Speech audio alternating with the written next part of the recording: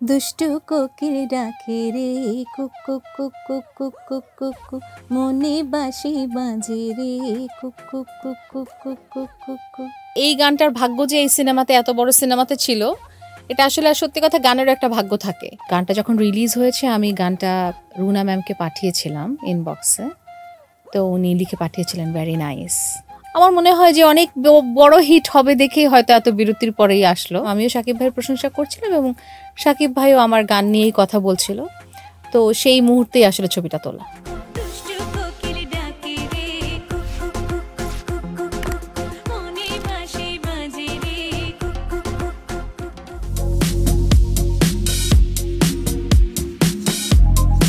দেশে এবং কলকাতাতেও বেশ অনেক পপুলার, সবাই অনেক রিলস করছে, অনেক বেশি ভিডিও করছে, কাভার করছে, খুবই ভালো লাগছে।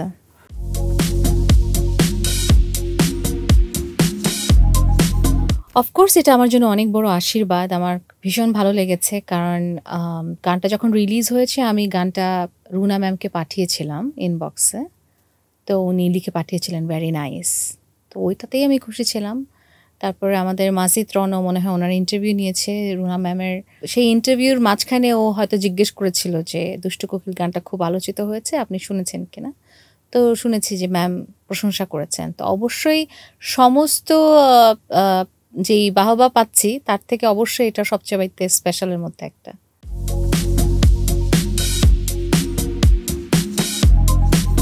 চোখে চোখে কথা বলো, মুখে কিছুই বলো না, ভালোবাসার নামে কেন করো শুধুই ছলনা, থাকলে তুমি আশেপাশে মনে আমার আবেগ আসে, প্রেমের লাগে বুকটা করে আ আ উ, দুষ্টু কোকিল ডাকে রে cook cook cook cook cook cook cook cook, মনে বাঁশি বাজে রে cook cook cook cook cook cook cook cook.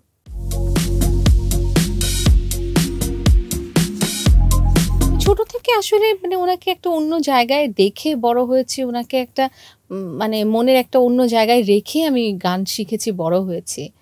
So এখন যখন মাঝে মাঝে ওনার মানে সান্নিধ্য পাওয়ার সুযোগটা হয়, তা আমার কাছে আসলে এখনো পর্যন্ত স্বপ্নের মতো লাগে। ওনার বাসায় উনি কথা বলছে, উনি অনেক লাইফের অনেক কিছু শেয়ার করছে আমাদের সাথে, উনি গান গেয়ে শোনাচ্ছে আমাদেরকে। মানে আমার কাছে না বাসায় যখন চলে আসে, ওনার সামনে যখন থাকে তখন ফাইন, যখন বাসায় চলে আসে তখন আমার মনে হয় আসলে এই ঘটনাটা ঘটছে আমার সাথে।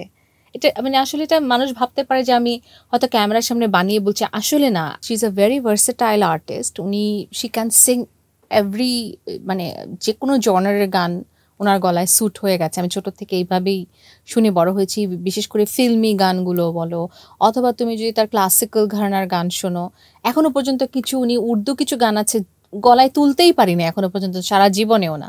ওনার মতো ওনার যে গানের যে মুড়কিগুলা, ওগুলা হয়ই না, ওটা শুধু রুনা লায়লার পক্ষেই সম্ভব।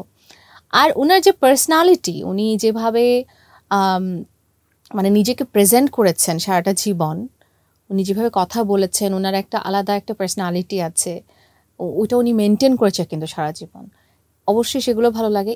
বাট ইদানিং যেটা ভালো লাগছে, উনি যাদেরকে পছন্দ করছেন বা আমরা যারা জুনিয়ররা আছি, ওনার সান্নিধ্য পাচ্ছি আমরা। এটা কিন্তু উনি আমাদের সাথে কথা না বললেও কিছুই হবে না, আমরা কিন্তু সারা জীবনই ওনাকে ওইভাবেই পছন্দ করব। কিন্তু উনি মাঝে মাঝে আমাদেরকে ডাকেন, আমাদের সাথে কথা বলেন, আমরা কিছু তার কাছের মানুষ আছি, উনি কথা বলেন, আমরা শুনি, উনি শেয়ার করে অনেক কথা। আমরা হয়তো বা ওনাকে ইনবক্সে একটা গান পাঠানোর যে সুযোগটা, এটা উনি নাই করতে পারতো, কিন্তু আমি এই যে গানটা পাঠিয়েছি উনি নাই দেখতে পারতো, উনি দেখে আবার আমাকে রিপ্লাই করছে। এই যে মানে এই জেনারেশনের আর্টিস্টদের সাথে ওনার যে একটা কানেকশন উনি বিল্ড আপ করেছে, এইটাও আমার কাছে মনে হয় এটা একটা কি বলবো, এটাও একটা শেখার মতো ব্যাপার যে এত বড় একজন লেজেন্ড উনি আমাদের সাথে এই কানেকশনটা করছে, এইটাও তো একটা ফলো করার, ইন্সপায়ার করার মতো একটা ব্যাপার।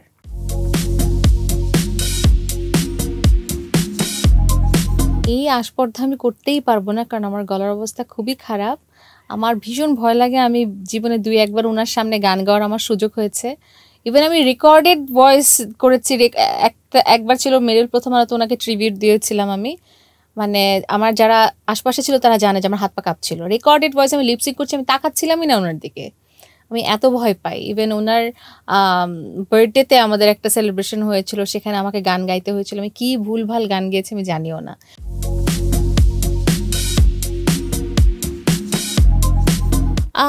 আমি লাস্ট গেয়েছি দিল দিল, খুবই জনপ্রিয় গান ছিল, এবং তারপরে ছিল শাহেনশা সিনেমাতে রশিক আমার, সেটাও একটা বেশ পপুলার হিট গান।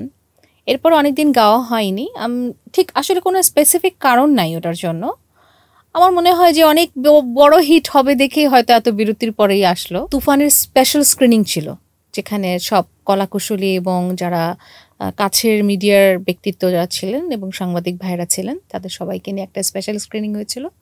সেখানে মুভিটা দেখলাম, অ্যান্ড তখন অবশ্যই গান এবং মুভি দুইটার সাকসেস নিয়েই কথা হচ্ছিল। আসলে আমরাও শাকিব ভাইয়ের প্রশংসা করছিলাম, আমিও শাকিব ভাইয়ের প্রশংসা করছিলাম, এবং শাকিব ভাইও আমার গান নিয়েই কথা বলছিল। তো সেই মুহূর্তেই আসলে ছবিটা তোলা।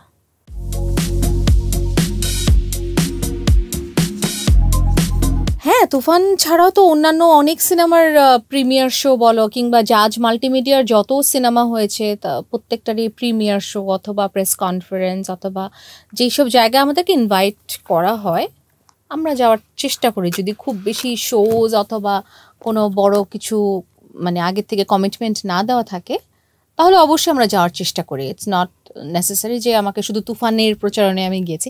এটা কিন্তু প্রচারণা ছিল না, এটা ছিল হচ্ছে স্পেশাল স্ক্রিনিং। সো এর আগেও পোড়ামন 2 অথবা জাজের আরও কতগুলো সিনেমা ছিল, এবং এছাড়াও এর বাইরে অপারেশন সুন্দরবন অথবা আরও যেই সিনেমাগুলো আছে অনেকগুলোতেই আমাদের যাওয়া হয়েছে।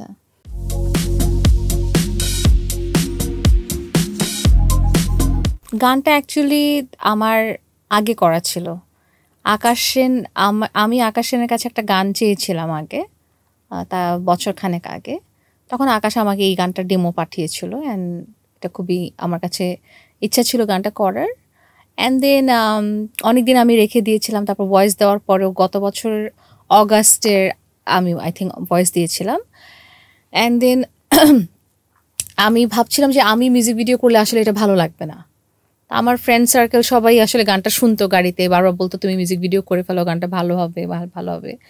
আই ওয়াজ ওয়েটিং যে কী হবে আসলে জানি না। তো মাঝখানে তুফানের শুটিংয়ে যাওয়ার আগে রাফির সাথে আমার দেখা হয়েছিল। তো রাফি বলছিল যে এরকম আমার গান লাগবে, ও গান নিয়ে কথা বলছিল। তো বলছে আমার একটা আইটেম সংও লাগবে। তা আমি রাফিকে জাস্ট এমনি বলছি যে রাফি আমার কাছে একটা গান আছে, তুমি কি শুনতে চাও কিনা। দেন রাফি গানটা শুনে সাথে সাথে বললো যে এটা আকাশকে ফোন করলো, আকাশ তুমি গানটা কেন শোনাওনি আমাকে। তা আকাশ বললো এটা তো কনাকে দিয়ে দিয়েছি, আমি কেন শোনাবো, এটা তো অলরেডি বুকড। তো বলছে না না, এটা আমি তুফানে নিয়ে নিচ্ছি, আমার একদম এক্স্যাক্টলি এরকমই একটা গান লাগবে। তো তখন আর কি আকাশ রাফিকে দিয়ে দেওয়া গানটা।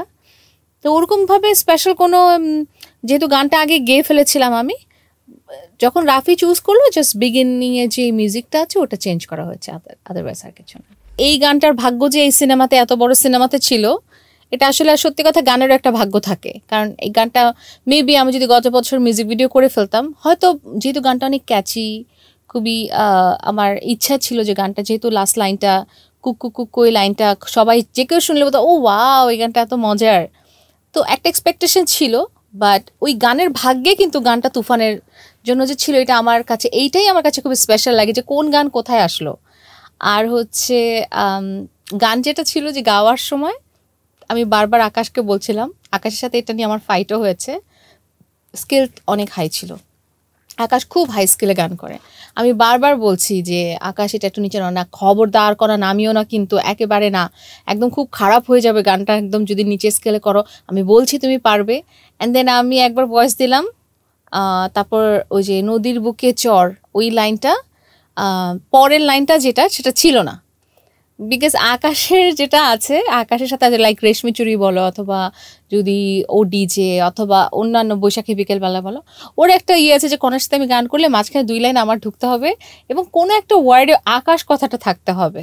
আচ্ছা, তো আকাশ নিয়ে কি লিখবে বুঝে উঠতে পারছিল না আর কি। দেন আমরা বসে ওই কথাটা সিলেক্ট করলাম, দেন আকাশ এসেই আসলে ভয়েসটা নিয়েছে পরে।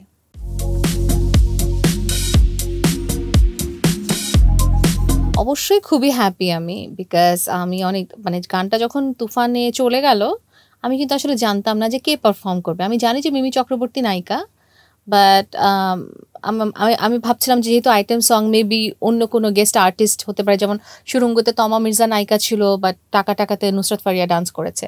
সো এইটাতেও আমি ভেবেছিলাম যে বাইরের অন্য কোনো আর্টিস্ট হবে হয়তো, বাট আমি অনেকদিন পরে জানতে পারলাম যে মিমি চক্রবর্তী ডান্স করেছে। অ্যান্ড আমি জানতাম না আসলে আমাদের মেগাস্টার শাকিব খানও এই গানে অ্যাপিয়ার করবে, বিকজ এটা ফিমেল কণ্ঠের গান।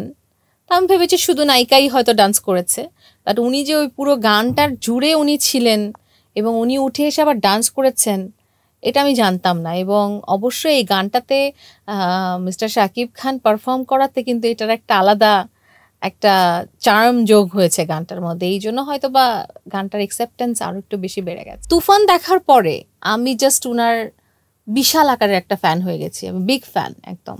ওনার একটা আলাদা চার্ম আছে, উনি স্ক্রিনে আসলে স্ক্রিন প্রেজেন্স একটা বিশাল ব্যাপার। এটা আমি সবসময় আগেও বলেছি যে শাকিব খান যখন স্ক্রিনে আসে, স্ক্রিন প্রেজেন্স কিন্তু একটা বড় পর্দার নায়কদের মধ্যে কিন্তু একটা আলাদা একটা স্ক্রিন প্রেজেন্স দরকার হয়, সেটা ওনার কাছে একদম 100% আছেন। এবং ফাইটিং বলো, ডান্স বলো, এভরিথিং উনি পারফেক্ট। তো ওই জন্য কিন্তু তাকে মেগাস্টার বলা হচ্ছে। সো কিন্তু তুফান দেখার পর আমার যেটা রিয়েলাইজেশন হয়েছে, উনি অসম্ভব লেভেলের একজন ভালো অভিনেতা, অসম্ভব ভালো অভিনেতা।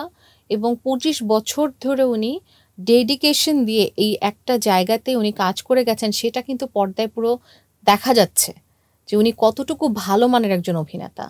সো অবশ্যই একজন ভালো অভিনেতা হিসাবে ওনাকে আমি মানে ভীষণ অ্যাডমায়ার করছি।